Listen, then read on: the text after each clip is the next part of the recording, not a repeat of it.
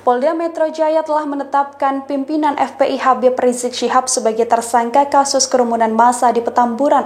Penetapan tersangka ini bahkan bukan kali pertama disandang Habib Rizik Syihab.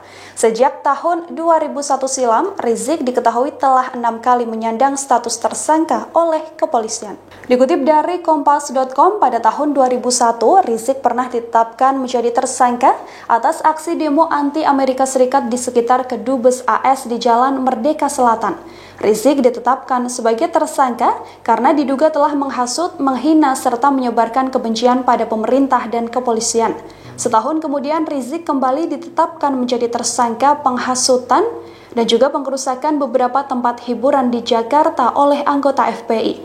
Pengrusakan tempat hiburan itu terjadi pada 4 Oktober 2002. Polda Metro Jaya kemudian memutuskan menahan Rizik pada 16 Oktober 2002 setelah ia menjalani pemeriksaan sekitar 13 jam 30 menit. Rizik ditahan karena sudah cukup bukti yang menunjukkan bahwa ia diduga melanggar pasal 160 KUHP tentang penghasutan. Namun, Rizik Syihab kala itu menolak untuk menandatangani surat penahanan yang dikeluarkan polisi. Dalam kasus ini, Rizik juga telah 2 kali mangkir dari pemeriksaan kepolisian. Kala itu, ia kabur ke Malaysia dengan alasan misi ke Irak. Meski begitu, pihak kepolisian tetap memulangkan paksa Rizik hingga akhirnya ditahan di Rutan Salemba, Jakarta Pusat.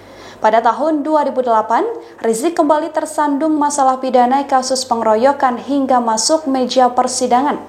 Ia divonis 1,5 tahun penjara oleh Majelis Hakim Pengadilan Negeri Jakarta pada 31 Oktober 2008 atas kasus pengeroyokan dan kerusuhan di Monas.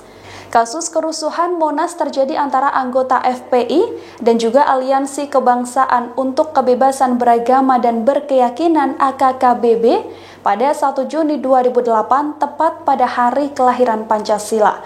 Rizik terbukti menjadi otak dari pengeroyokan AKKBB di Monas.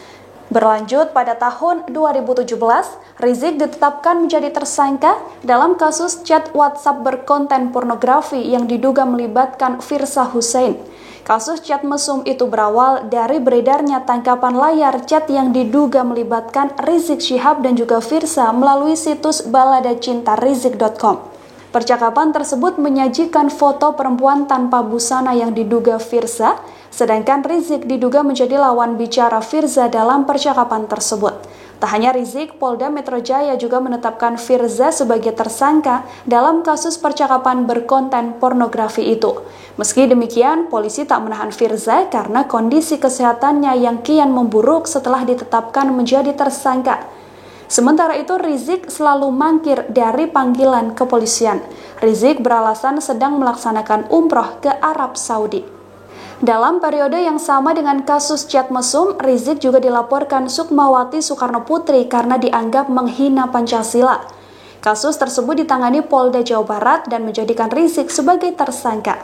Namun kasus chat mesum dan penghinaan Pancasila telah dihentikan kepolisian dengan keluarnya surat penghentian penyidik atau SP3 dari Polri. Status tersangka Rizik kemudian gugur. Teranyar, setelah Rizik kembali ke Indonesia, Imam Besar FPI itu kembali tersandung kasus hukum. Ia ditetapkan menjadi tersangka kerumunan massa setelah menggelar acara pernikahan putrinya di tengah pandemi COVID-19. Rizik telah 2 kali dipanggil polisi terkait kasus kerumunan itu, namun tak kunjung datang ke Mapolda Metro Jaya. Kini Rizik kembali dicekal agar tidak bepergian ke luar negeri.